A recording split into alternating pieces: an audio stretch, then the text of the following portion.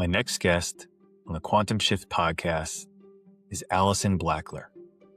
Allison is an award-winning mind coach, author, TEDx speaker, and founder of Two Minds, a transformational coaching practice focused on helping individuals and teams unlock clarity, courage, and resilience. With nearly 3 decades of experience studying human behavior, leadership, and mindset, Allison brings a deep understanding of how the conscious and subconscious mind shape performance, confidence, as well as communication. During the podcast, we explored the intersection of leadership, mindset, resilience, and behavior, as well as how understanding the architecture of thought can transform not just how you perform, but how you lead and live. Enjoy. Wanted to welcome you to the show and make sure that you were able to convey to everybody, I guess, where this all started, your journey. Like when you look back when you were younger, was there a moment that hinted to you that you'd end up doing this kind of work, helping people understand themselves like this? Has this always been something for you, like a calling for you? I think that's a really brilliant question. And I think my answer to that is I did always know, but it took me a long time to find out what the no was. So I think when I was younger, I didn't have confidence at all. I doubted myself. I was very unsure and was very influenced by everybody else. And obviously, as a young person, of course, you're going to be influenced. That's part of how we learn. And then you start to navigate who do you want to listen to. So it took me a long time to sort of find my own feet.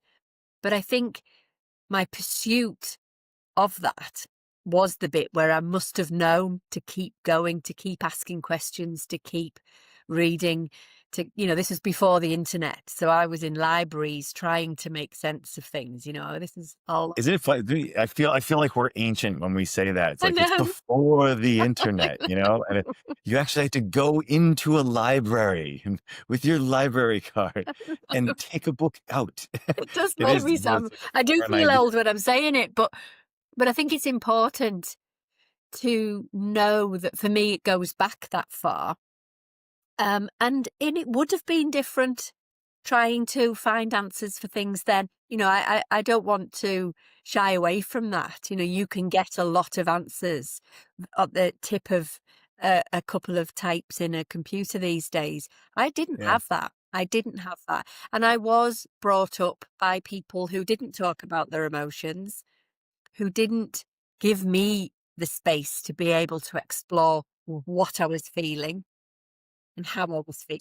Were there people early in your life that made you feel seen or reflected your potential back at you? And it sounds like there may not have been. No.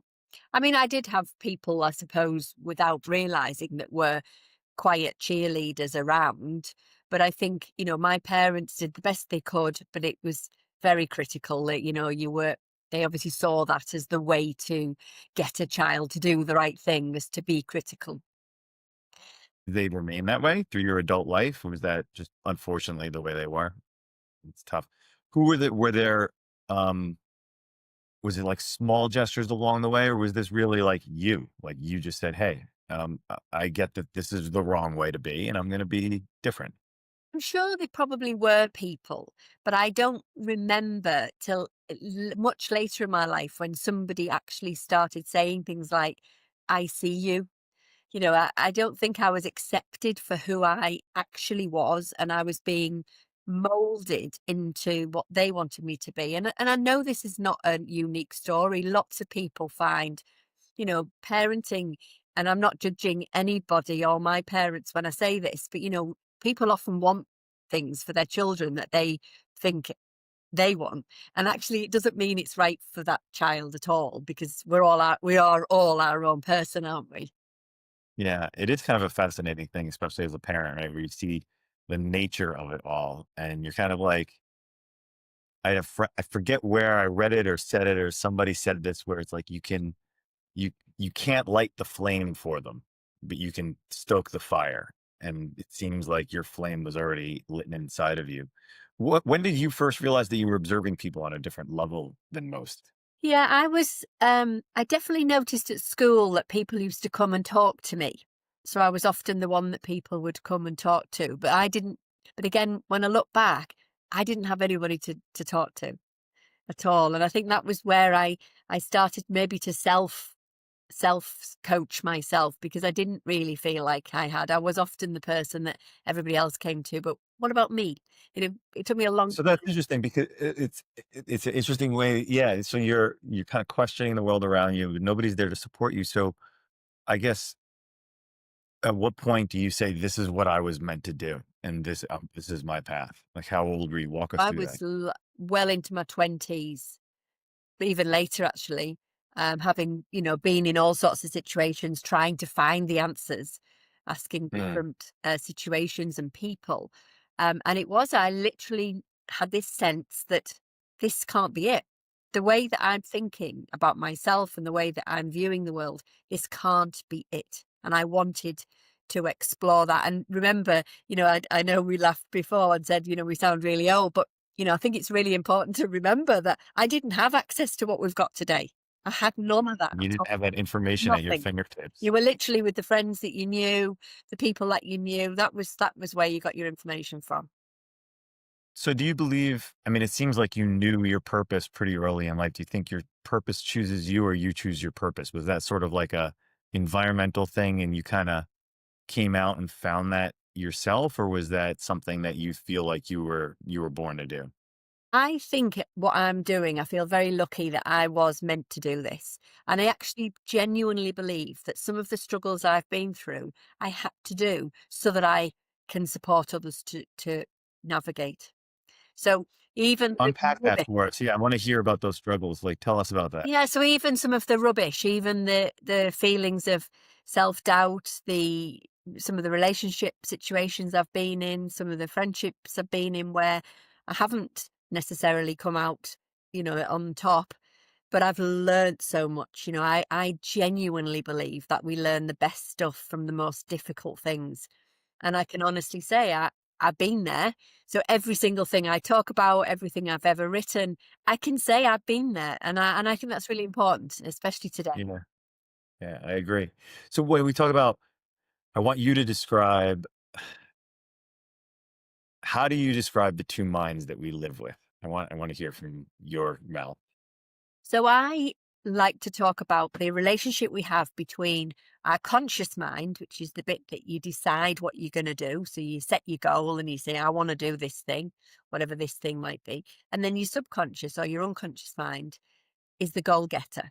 So I like to talk about the two minds being the relationship that you have between yourself. So you need to align the way that we're wired, all of us, with the way that you're wired, because we're Mm. all different. And everything that's ever happened to us will be influenced by this. Well, I mean, it sounds like such an arduous task to unpack that for each individual. Can you walk us through how you help people find that and kind of make that a practical thing? Because I mean, I have a very smart friend who once said to me that he had drained some of the subconscious sludge, that he had been brought up with. And I thought that that was kind of a very vivid way of articulating it. But then I'm like, well, how do I get there? I'm not sure how to get to that. How do I open that subconscious door and drain that sludge? So tell us what that process might look like. Like his I like his metaphor, and if you do the work, it can absolutely feel like that. You will put yourself through it. I think for me, learning a little bit about kind of the neuroscience to start with. So learn a little bit about how we are wired so that you can see that some of it isn't you and it is the way that we're wired. So the human brain's primary job is to survive. So it will put you in a fight, flight, or freeze if it feels threatened. So if you perceive something as a threat, you will get a response. And I think if we understand that, it'll stop you getting down rabbit warrens thinking that other people are doing things to us. It's probably just a perception of threat. So even Oh, someone that's might so look across a interesting. room and kind of give a funny look and you perceive that as, oh, exactly. Yeah. So if you know that, it takes the pressure off. So that's before we've got Mm. into all the sludge. That's just I think children should be shown this in schools so that we can I navigate agree. that emotional part of our brain, because it's there for a reason, and it will give you that feeling, whether that's a fight, flight, or freeze. It will give you that regardless. So fascinating too, because I feel as if certain times in people's lives, they may feel like they have a little bit of control over that, but then other times it goes a little sideways. I'm speaking selfishly of myself, kind of like I've known points in my life where things have gone really well, and I can kind of get some space and be like, that's not you. That's your reptilian, you know, So oldest portion of your brain reacting right now, and it has nothing to do with you. That look on that person's face, the way they said that thing is not. And I always used to say, oh, I'm sensitive. I'm so sensitive. Which was always, as a man, looked frowned upon. You're not supposed to be sensitive. You're not supposed to react to certain things like that. And I guess it leads me to, probably many of us, uh, to our own detriment, may react inappropriately because of that. So I was going to ask you, which mind do you think most people lead with, and what's the cost of that? But I think I might know the answer, but maybe we'll talk about, like, if you want to talk about that, which mind do you think people lead with? So emotionally, it is the unconscious mind. So that's where you'll get like you said, the reptilial brain will come. I always call that the fast train. So Mm, your reptilial brain gets involved 5 times quicker than any logic. So when you're able to go, oh, hold on a minute, that's not me, that you've already started to put your logic in because it's slower. You're giving yourself time to think. And that is actually all we can do, is manage that. I call it a piece of kit. You need to manage that piece of kit because it will give you that feeling. You might see somebody's name on a text and, that you will get that it is feeling. so crazy, It's so right? quick. Yeah, and then it's almost, it erodes, I think, at your self-confidence when you, especially in a work environment, when you realize that a human being can impact your emotional well-being from thousands of miles away with a text message. And then it's almost like it throws you, even if, like, if again, I can only speak from my own experience, but like, we've all gotten a text from a boss at an odd hour, and you're never like, "Yay, what did they say?" It's always, Oh, oh, or, right. you're either angry at them or angry at yourself, because then you're scanning and you're trying to figure it out. So then I've read through your work, and I think it's so, important right now, and you work with leaders, but you don't start with leadership, you start with human. Firstly, how do you do that with leaders? Because we all know that leaders can, you know, when you're talking about the ego and the super ego, some of the leaders are leading full on ego, and there's no humanity behind that. How do you reconcile that and help the humanity bubble up in an environment where you're working with leaders? Well, I think with a lot of leaders, they'll have a lot of strategies that work well for them. They will, often they can manage some of that emotional brain. They've maybe got some strategies that help them because they've got so far up the ladder. They've made it in some ways, but often in that process, they're then forgetting about the differences of others. I mean, you mentioned before about, what's that feeling you get when somebody texts you? You know, a leader needs to appreciate that if they say to their uh, direct report, "Can I have a word?" They need to appreciate that's a massive potential threat. It's terrifying. Like, you just saying that, I'm like, oh, it's the Well, worst. same in relationships, same in anything. Oh, It's perceived as a threat. Why? Because the human brain does fill in the gaps. so then I suppose it's interesting. Thinking about my last gig, and a young woman who's brilliant, like, had her act together. Probably my best employee, Kat. Kat, if you're watching, you're the best. She remains the best. And I remember having a conversation with her once, and I had to bring her into another room, and she was like, and I started talking. She's like, "Oh my God, I was so scared." And this is a young woman that was like an A+ employee. I had never gotten upset with anything she'd ever done. She'd never been reprimanded for anything terrible. And I was like, "Oh my God, I'm sorry." And I think, so the reason why I'm bringing that up is because I had a good relationship with her, and I remain having a good relationship with her. we were able to talk about it, but I'm sure it happens a million times a day and people don't have that exchange and that discussion and it might fester. What are some of the tools that you work with leaders so that when they're communicating, they can, because it does sound like it tends to end up being, it all lands on communication, right? Whether that be like body language or verbally or text message or whatever. So maybe can we talk about that a little? Like, what are some of the tricks that you provide these leaders to do? So for me, it's about being more conscious for them. So thinking about their communication.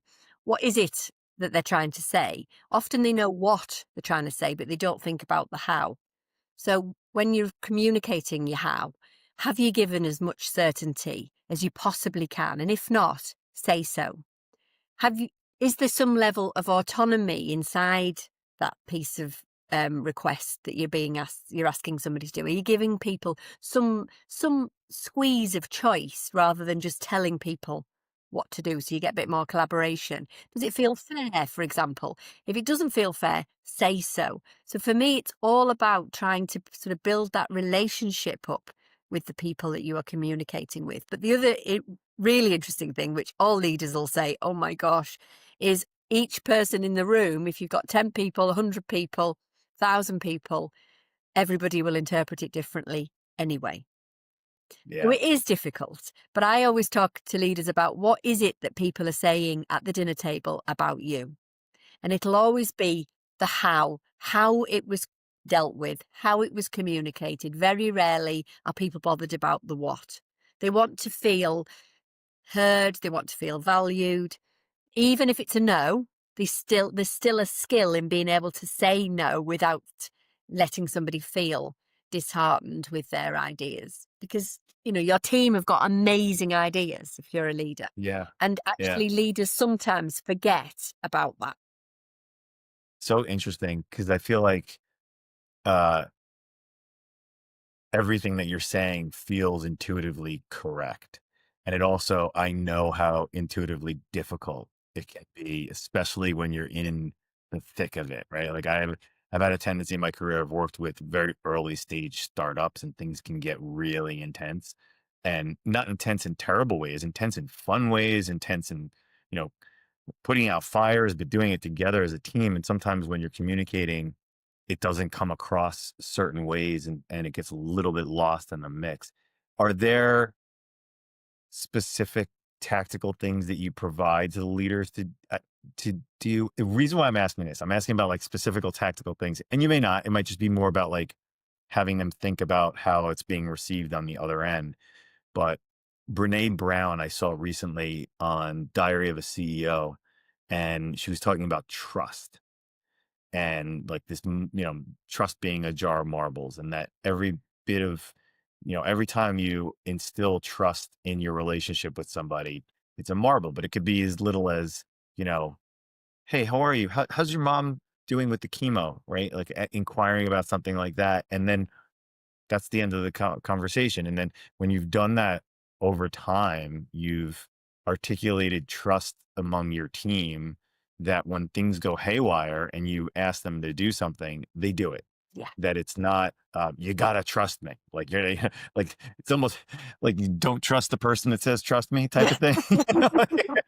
so, so I'm wondering, like, are there ways when you're working with leaders, do you have them go through like workshopping it, like literally like, I've been a career sales guy and we would practice getting on phone calls and talking to people. Do you do that? Is that something that you work when you work with them? Yeah, it's fairly experiential in that I'm not telling them things. I use models that I help them then be able to look at their own situations. So there's no role play, but we bring the real conversation in. So we look at unpacking relationships and situations that aren't going well. I use a model for giving feedback. I talk about how they help, how they offer help. I talk about things like how well you listen. Do they actually listen? So I'm kind of giving them an experience in the sessions to help them see exactly what goes on, because as you rightly say, we all know this stuff, but when Yeah. it's all pressure and the deadlines are looming and everyone is panicking, all this goes out the window. Because people say to me, of course, everyone, I'll often ask the question, do we remember that everyone's different? Yeah, of course, everyone's different. But when the pressure's on, we forget and everybody just suddenly becomes the same as me. So I'll just do it the way I think, because of course that'll land. Of course, everybody will understand what I'm saying. Such a And of course, disaster it when just that was like that. And then everyone's like, what happened there? And then, Yeah. and I see leaders so disheartened because they've had an amazing idea. Sometimes I get brought in because they've had an amazing idea. They've tried to communicate it. It went rubbish. And then now they're really disheartened and they're like, it's failed. And all you need is just to bring a bit more collaboration and a bit more variety in terms of how different people show up. What is it? Praise, for example. Leaders often don't really value praise anymore because they've got to the top of the tree and there isn't anybody else to give them praise. So they don't value it anymore. But their teams will be crying out for it. So a leader that needs to be flexible, even though it's your style might not be, I need feedback, but actually your teams might. And working out, who is it that needs to hear the well dones and who is it that needs to have more explanation? Who is it that needs to hear things in a different way? Because if we do one size fits all, we'll get one result. And that's usually not that great. Yeah, I mean, it can go haywire. I was just used to say I would praise publicly and give feedback privately. And even like borderline feedback, nothing, it didn't have to be terrible, but those were always for the one-on-ones. I never, even if anything could be misconstrued as potentially, no, Yeah, only, good strategy. hey guys, great job, pat on the back publicly, and on privately, you could have that conversation. Um, Typically, when you're working with teams, at what stage is it? Is it that scenario, like you said, where a leader's trying to communicate an idea and the team just isn't behind them? Like it's, I picture them like, "Let's go," and they're like running. It's like Everyone else goes that way. Will Ferrell saying, "We're streaking," and nobody's streaking with him. There's nobody behind you. Is that typically the scenario that you come in to work with these leaders? I think I've been brought in where there's the very ambitious organization and they're doing lots of amazing things and they just want more, so I do often have that, but it generally is when it's not quite going well, they're not getting the buy-in, they're not having the accountability. Commonly, and this is again, I know you're just going to smile at this one, people get promoted because they're good at the job, but they don't know how to lead people. And again, you'll come with the style that you've always used or seen. It's the biggest. It's the big. It's the. It's just still a thing. It's still a massive thing, and I always feel so when I listen and because I do a lot of one-to-one, and when I listen to people who've had that situation, so they were maybe technically one of the best people in the company, absolutely flying. And then they get promoted and now they're really miserable. They don't know what they're doing. Their teams are miserable and it's just awful. It's awful for everyone. Yeah, yeah, I see that a lot, and it I got good at figuring it out because it happened to me very early in my career, and I couldn't understand why I was terrible in the leadership role that I was in, because, like you said, and this must be something you deal with all the time, I was so confused that the team wasn't wired the way I was, and that they didn't ingest information the way that I did, and that they didn't go about their workday the manner with which I did. And that was a very, years in the making type of flip upside down of like, okay, there are human beings that, and it's the reason why I'm now working with a young man in his early 20s where we go into organizations to talk about the differences in generations, because he was kind of, an flip way. He's like, I tell young people that, if they want to work, if they want to come in later in the morning and work later at night, that should be a good thing. And I was like, whoa, whoa, whoa, that's not a good thing. And he's like, well, what do you mean? Even if I say that, I'm going to be more productive. And I said, no, Gen X. I'm like, I'll look at you and I'll say, dude, when I was your age, I was told when to show up, when to go to the bathroom, when to stand up, when to sit down, when to jump up on one leg. And I just said, yes, okay. And I'm like, that causes cognitive dissonance between generations because of the communication.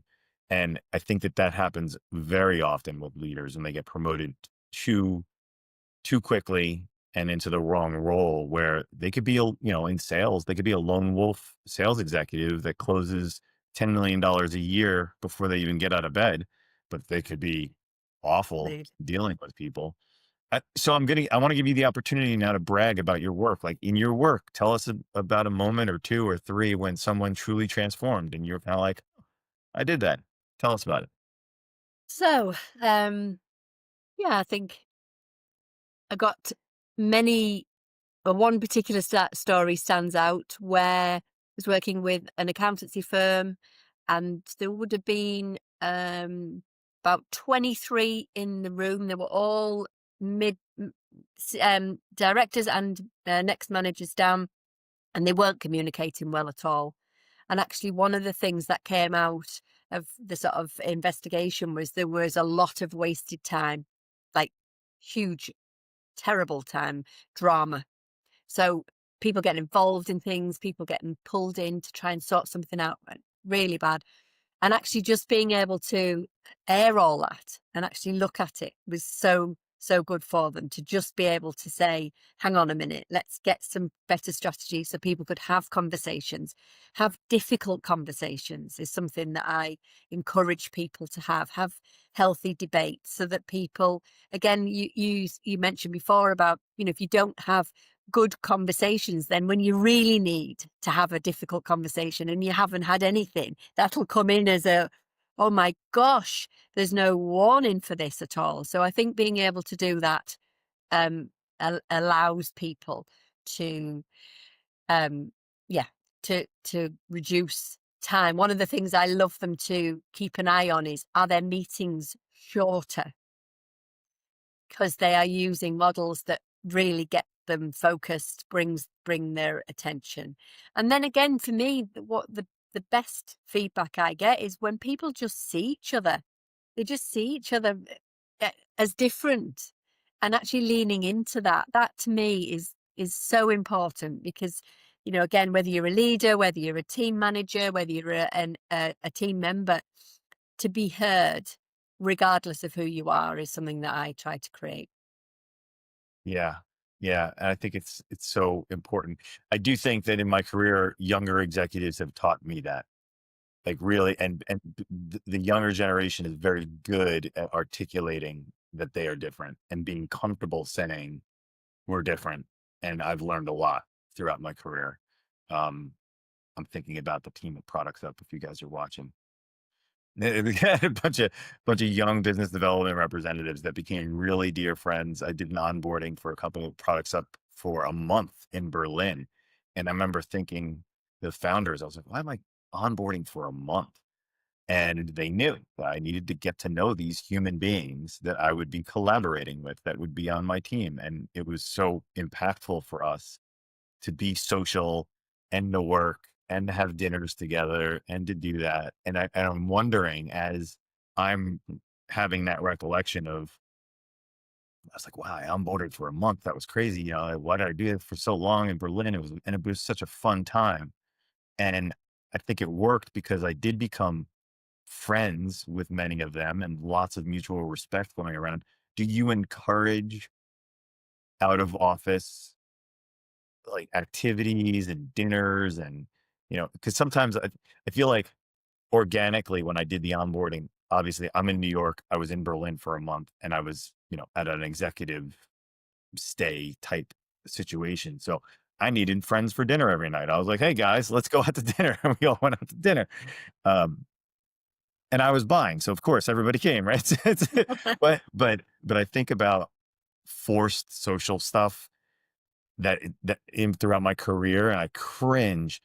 Is there like a medium? Like, is there a middle ground that when you work with teams that you're helping to facilitate socially, or is that not something you're not a yes? I'll shut up. Go ahead. Yeah, I think for me, building relationships up with people to get to know people. Now, sometimes, leaders often will say, gosh, there isn't time for that. It pays back so much to get to know Yeah, somebody dividends. genuinely. Sometimes to be able to push the list of tasks aside and say, how are you? What, who, no, you would never say, who are you? But, find out. I think the team building side of it, I think can be done well, but also can be done really cheesy and not very nice. Yeah. People definitely smell the difference between something Oh that is yeah. genuine. So I definitely don't advocate that. I think socially, it's I've seen quite a lot of businesses where they, what should we say, they kind of spoil their staff with gifts and Christmas and meals out and parties and things.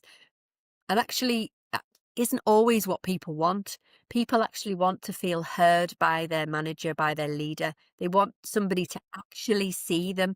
So if you ever did a survey of people, do you want the party and the bottle of wine, or do you want your manager or the senior team to actually sit down with you and say, thank you for your contribution. This has been noted. And a lot of people would go for that. Yeah, they just want the pat on the back. It's so nuts. It's a running theme with this podcast. Like anybody that does work similar to yours, like working with executives and leadership, it's just they just want gratitude. They just want to say Want thank to you. feel appreciated, and that motivates them then to do more, to come up with ideas. I mean, you mentioned before about the generations. You'll know that that's a topic I talk about. I've done a TEDx talk, as you know, and again, what people used to value 20 years ago from a leader is changing. And I think we've got to think about, Yeah. what is it that people really want? They want quality feedback. They want meaningful, inspirational leadership. They don't necessarily want the pizzas on a Friday or I'm sure they'll have the pizzas on a Friday. Don't get me wrong. But they want substance. They I want think they do. so that's a perfect segue because I adored your TEDx talk, and I think it rang a big bell for me. And it's part of the reason why we're speaking now is because of that generational gap and how you and I kind of bonded over it in our first conversation. Because I do feel like it's so important, and I hadn't really considered doing any of this type of work until this young man came into my life and he started doing the work. And I was like, wow, wouldn't it be powerful if the two of us went into an organization and had that conversation? Walk us through, for those of you that haven't seen your TEDx talk, they will after this, but tell us about the TEDx talk. Like, what's the main message? What were you trying to convey, and convey it here for us, please? So for me, opening the door to ask people to wonder how often they judge somebody based on age in any situation, but particularly in a work situation. The reason why I think it's really important that we don't jump to conclusions about people is we are missing out if we do that. So we've got vocabulary, the boomers, the Gen X, the millennials, the Gen Zs, and we've got a set of descriptions that go with each one. And while there are definitely trends depending on what was going on in the world when we were all born, yes, but they are not an absolute end decision. They're not an end description, sorry. So for me, it's about being open to the possibilities that people who are of a different age may bring. And that might be the younger generation who have got most amazing ideas, and equally the wisdom of someone older. But I think one of the things that I'm really interested in is, are the younger generation holding up a mirror to what actually is going on? Because we, like you said, coming in late and working later. Oh my goodness me, that's not a badge of honor. But actually, what are they showing us? Because some of the burnout and some of the things that I'm hearing going on is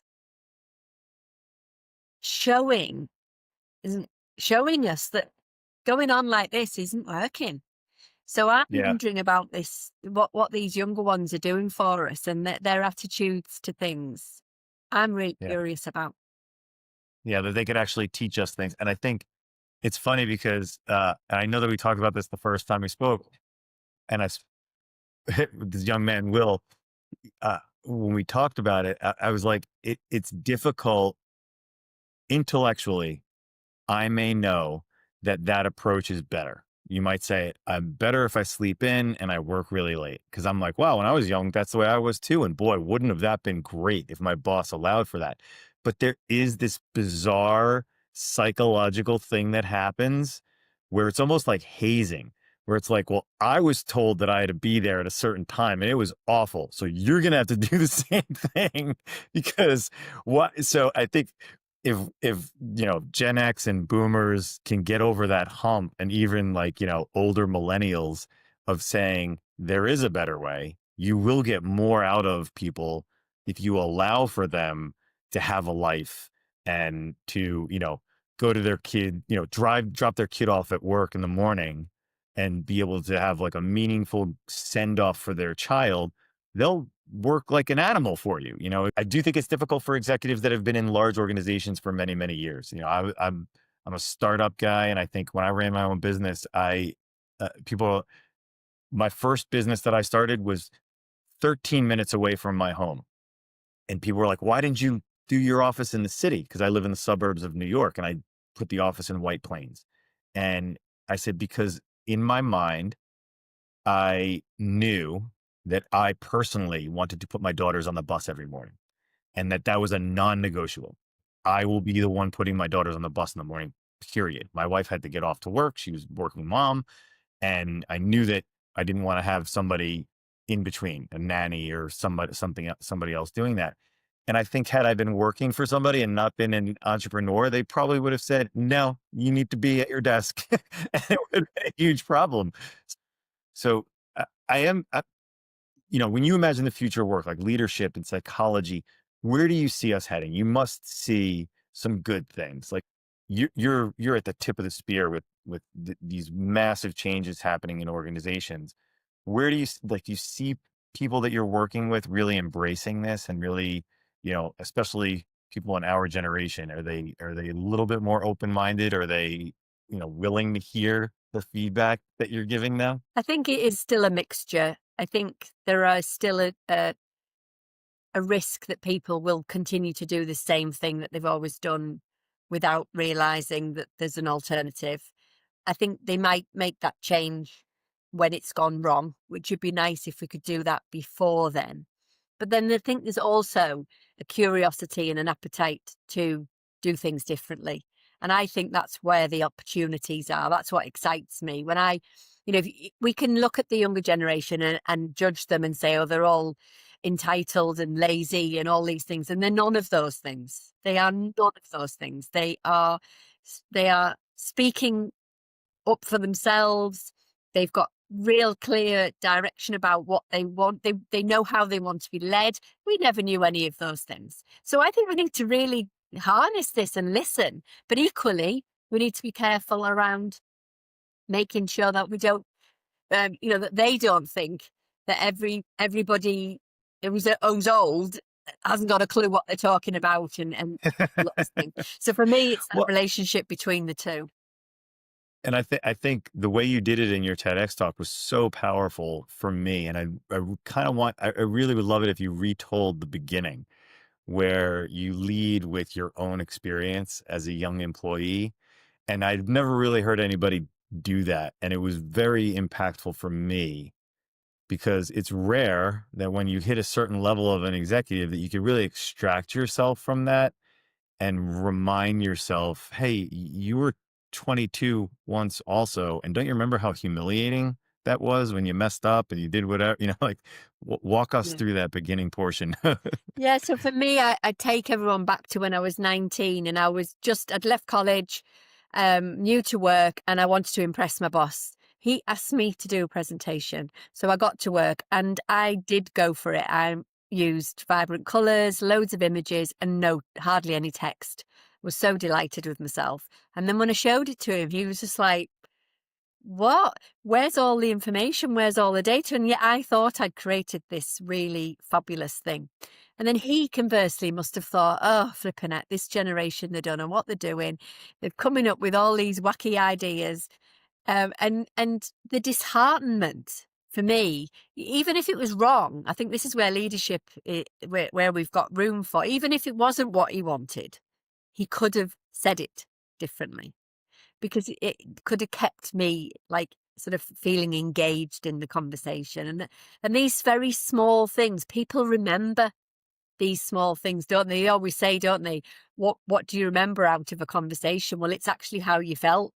How you felt. It's Yeah. not anything else. So the sort of impact of how do we hear each other's ideas? How do we get curious about, well, they might just see something that I haven't even thought of. What made that presentation wrong in his head was just because he had an idea how he wanted it to go. But what if one of my ideas was something that was exciting to embrace? And I think that's the bit that I would love people, because when everybody has heard my TED talk, they've always said, gosh, we all do that thing. We really do. We go, oh, what do they know? They're really old, or these youngsters, they haven't got a clue what they're doing. Well, we've all got brilliant stuff. It doesn't matter how old we are. And I think, when we look at how do we get that information out to people, how do we create cultures in businesses where everybody's ideas are welcome, and not in a idealistic, fluffy kind of way, or we'll have a suggestion box, something that's really like meaningful and tangible. That's what we need. Yeah, I agree.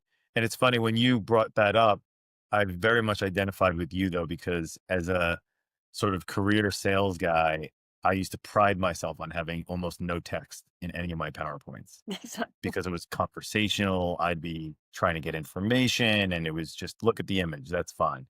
And boy, do I remember bosses not being happy about that and be like, well, you're going to leave a picture as a leave behind? Like they'll read it afterward. And I'm like, well, that's not what the presentation is for. Like they could read about the contract later and the details of it later. And the reason why I'm bringing that up is because I'm like, sometimes it's both. Sometimes it's like, you're both right. It just didn't, it was about the communication. It's like, okay, make the presentation pretty pictures, but create a leave behind with heavy text so that they could redline it and do whatever. And sometimes that's just a cultural thing. But it's the no, isn't it? It was the no, that's wrong. Yeah, devastating. Devastating. I was left feeling absolutely heartbroken that I'd put all my heart and soul into something. And what was really interesting is we could reverse this slightly. And had I been given more instructions, because I wasn't. Yeah. Again, if you're a leader and you want to give clear instructions to somebody, still give them autonomy within that, still allow them to have some level of choice. But what about giving clearer instructions in the first place? It's a big deal too. And I think being able to be a leader and articulate the manner with which you work and operate and the things that you look for, it got me to, I forget where I got it from, but about 6 or 7 years ago, I learned that to create an executive user guide, like a user guide for me, for my teams, and say like, this, if you really need me, like, I'm not going to pick up the phone. You can text me and I will respond to a text. If you have like the manner with which they should communicate with me, the things that I look for, the way that I present. And that became a huge game changer for me, because then it removed any sort of generational things. It was like, this is the way we do things. Like this team, the sales team does it this way. And, if you have suggestions, cool, but that would be part of onboarding.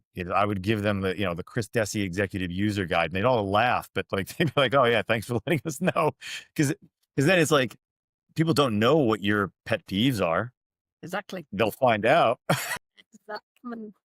but they might not know them in advance. And if they do know them in advance, they're like, oh, I remember I had a young executive, when I was running Silverback, we're talking 15 years ago. And I remember asking the team, there were 3 young guys that I just hired. And I was so excited that my agency was big enough that I could pay for these young men to be on my team. And I remember saying, guys, I need you to conduct your due diligence on this account. And like 20 minutes later, they were chit chatting about something else. I'm like, fellas, what are you doing? Like, conduct your due diligence. And one of the guys turned to me and said, like, show us how. What do you mean? And I was like, oh, okay.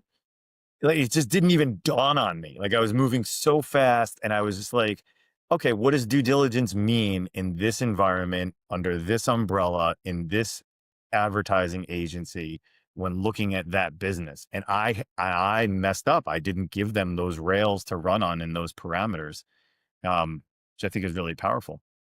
So I do think you're doing incredible work. And I think, do you find that there are patterns in the industries that you're working with when you're consulting for these businesses? Like, where are you finding are the most issues, or people that are most receptive to your message, I suppose?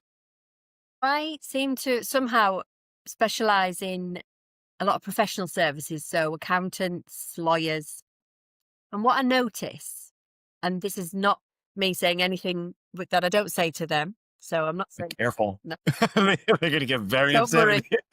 They will know this about themselves. you. They are brilliant at attention to detail, turning every stone, finding the problem, brilliant in their work.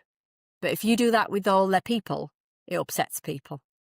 So they find that their natural talent isn't useful or as useful in their management leadership work as it would be in their accountancy law.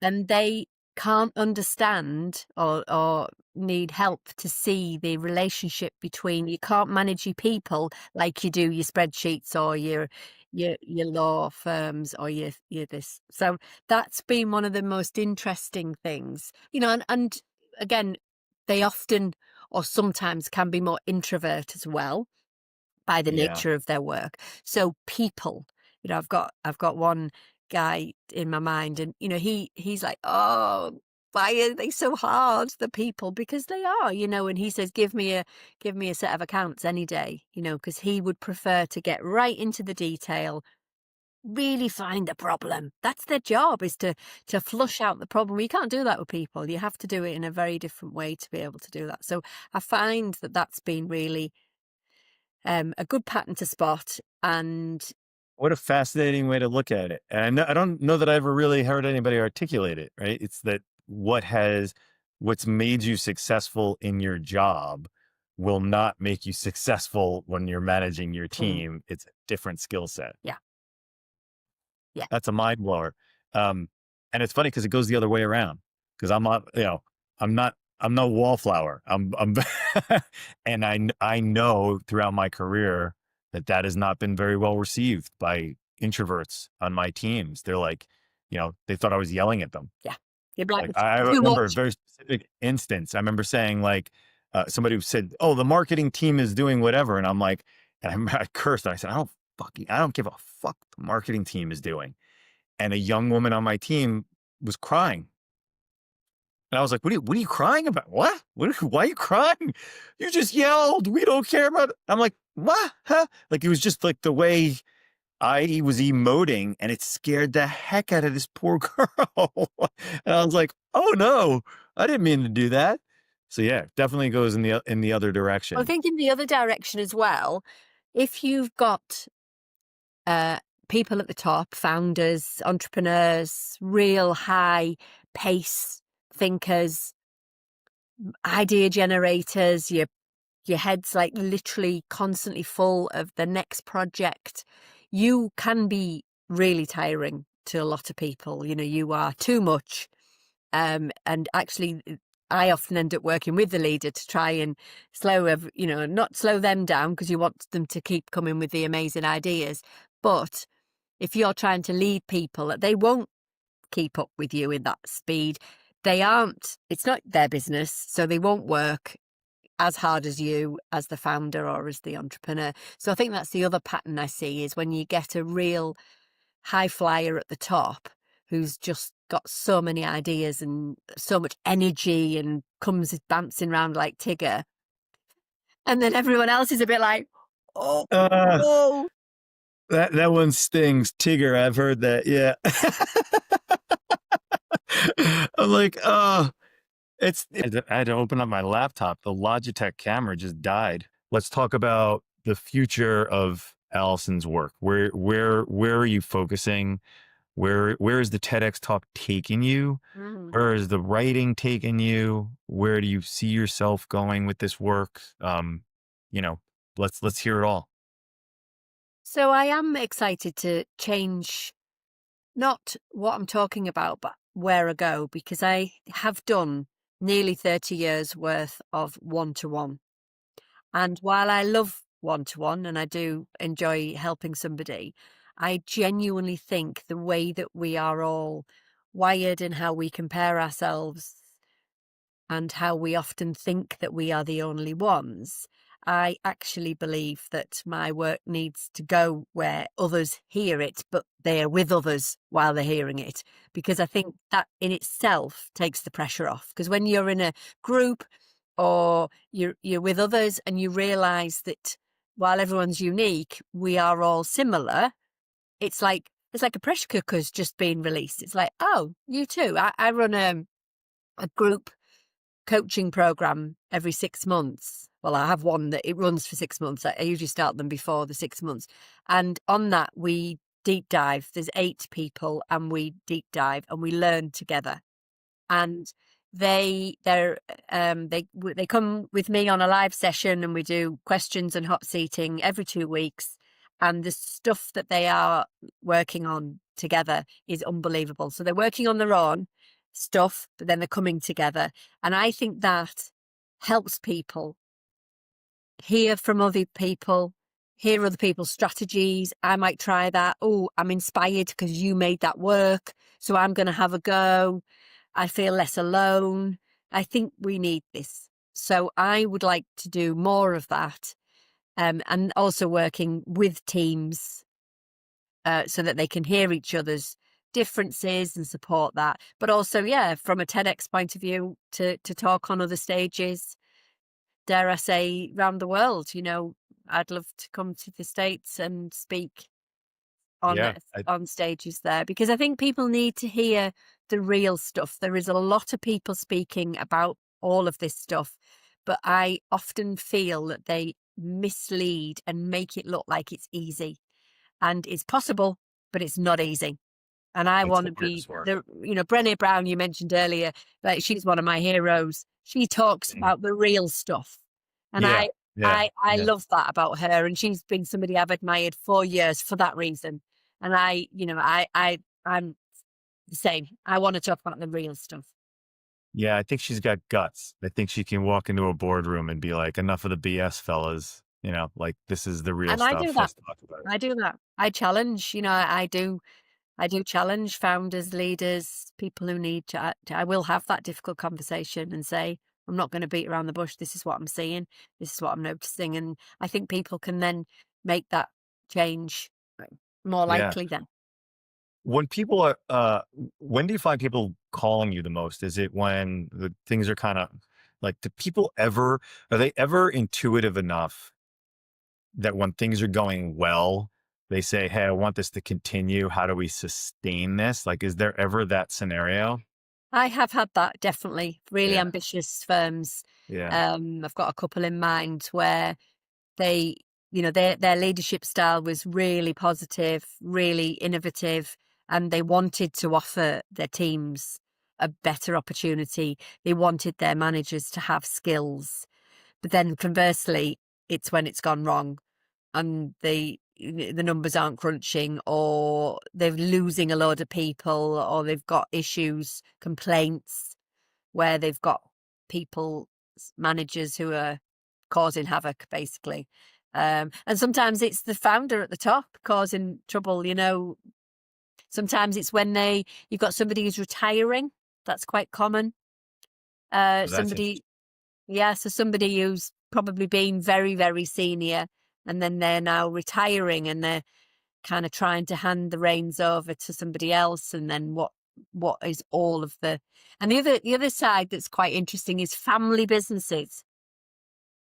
that can be interesting. So I love that you said that, because I feel like there's another young woman who I'm a little bit obsessed with right now. And I'm looking at her book. Her name is Cody Sanchez, and she wrote a book called Main Street Millionaire. And she talks about one of the biggest opportunities right now in business around the globe is that transition that you're talking about, like family businesses where there's a boomer who doesn't have a predecessor, doesn't have somebody that's going to come in behind them, and they don't know where to start when it comes to selling their business. And her whole take is, if you're an entrepreneur, if you're a business minded person, that you should approach these business owners about, she calls it seller funded acquisition, where you kind of name your number. Oh, I want $5 million to retire and sell this company.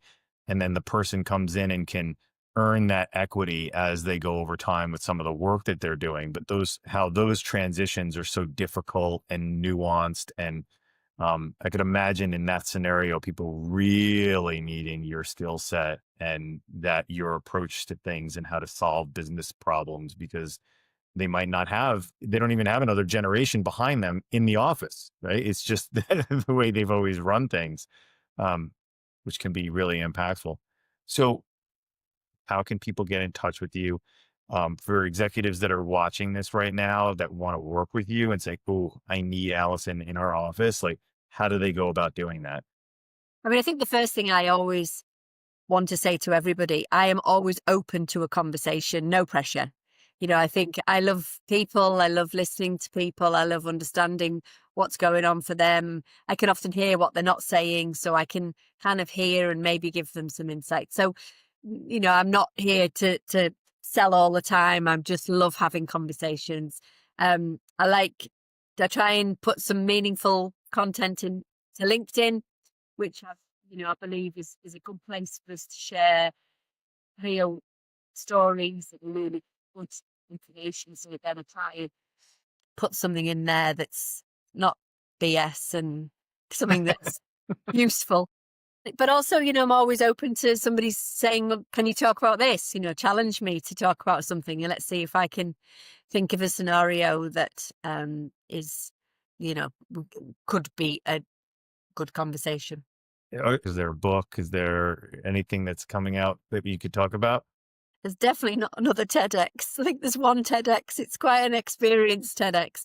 I do have a probable business type book in me, because I feel that my two books that I've got are almost my offers. So first book is a relationship with yourself. So I do a lot of work around people.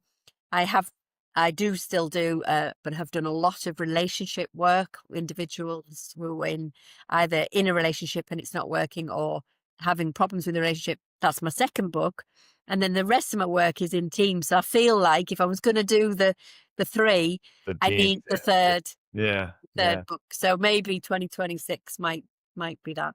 Well, that's exciting. Then we'll have to have you back on. Well, hopefully there aren't any more technical difficulties, and we can speak a bit longer. But it's been an absolute joy having you on the podcast. Thank you so much. I think the work that you're doing is really important, and that's not a platitude. You know that I'm attempting to do some work similar to the work that you're doing, and I think I see collaboration on the horizon for us. I think between you in the UK, me in New York, I'm sure that there'll be many things that we can work on. And I do think I want to say I'm in terms of events and speaking, I'm trying to put together two different events that will be remote, that will be online, and hopefully we can have you come and speak about maybe some of the teamwork that you're doing.